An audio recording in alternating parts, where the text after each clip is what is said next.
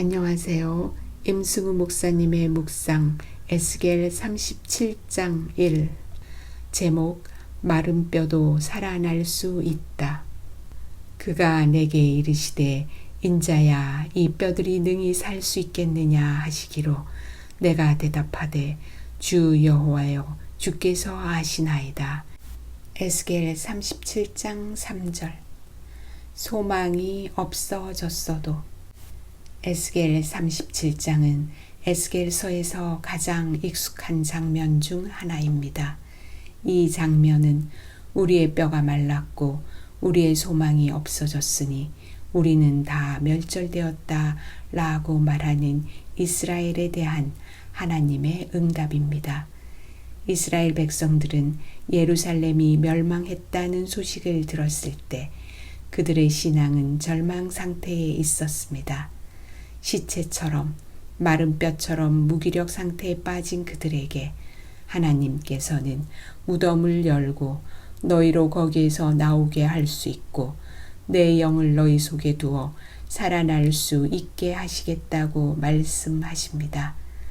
하나님께서 데리고 가신 골짜기에서 에스겔은 전쟁터에서 매장되지도 못하고 죽어 널브러진 시체들이 오랜 세월이 지나 마른 뼈가 되어버린 모습을 보고 있습니다.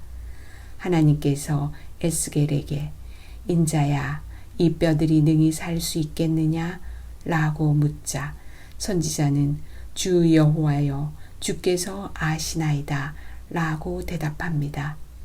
이 말은 인간적인 안목에서는 불가능한 일이지만 하나님께서 원하시는 일이라면 가능한 일이며 오직 하나님만이 그 일을 가능하게 하실 유일한 분이심을 묵시적으로 드러내는 것입니다.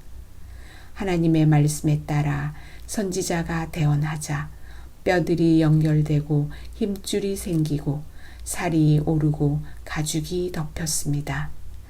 이어서 생기를 향하여 대언하여 이 죽음을 당한 자에게 불어서 살아나게 하라 라고 하자 생기가 그들에게 들어갔고 그들은 곧 살아나서 극히 큰 군대가 되었습니다.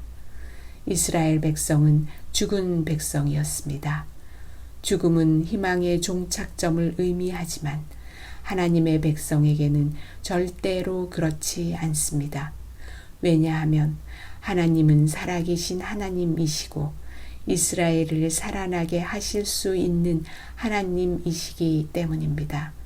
결국 이스라엘 백성은 바벨론에서 고국 땅으로 돌아왔고 이 일은 하나님께서 말씀하신 일이었고 말씀을 이루신 일이었습니다. 성령을 받으라. 하나님의 아들이 인간이 되어 이 세상에 왔을 때 이스라엘은 로마의 식민지 상태에 있었습니다. 성전은 장사하는 집과 강도의 집이 되었습니다.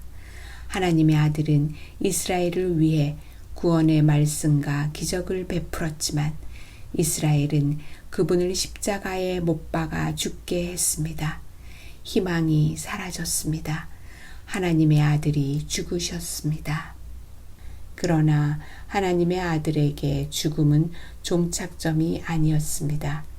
하나님의 아들 예수 그리스도는 사흘 만에 부활하셨고 제자들을 만나 성령을 받으라 라고 말씀하셨습니다. 오순절에 성령이 제자들에게 임하였고 거대한 군대의 모습으로 신약교회가 세워졌습니다. 우리 시대는 무신론과 세속사회의 시대입니다. 하나님이 공적인 공간에서 사라진 시대입니다. 하나님은 개인적인 신앙 영역에서나 존중받고 있습니다.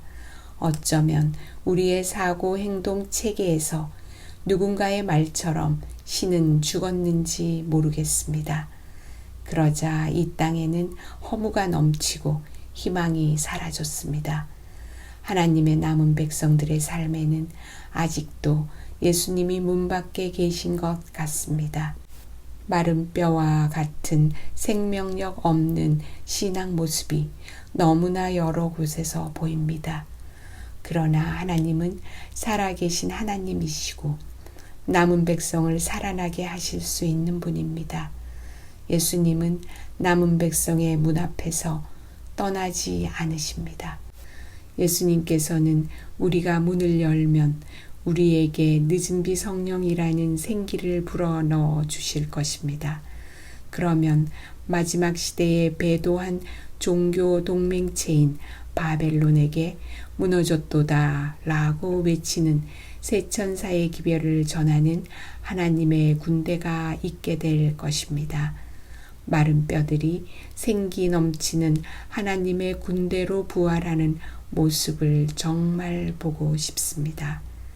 기도, 말씀하소서, 저희로 대언하게 하소서. 아멘.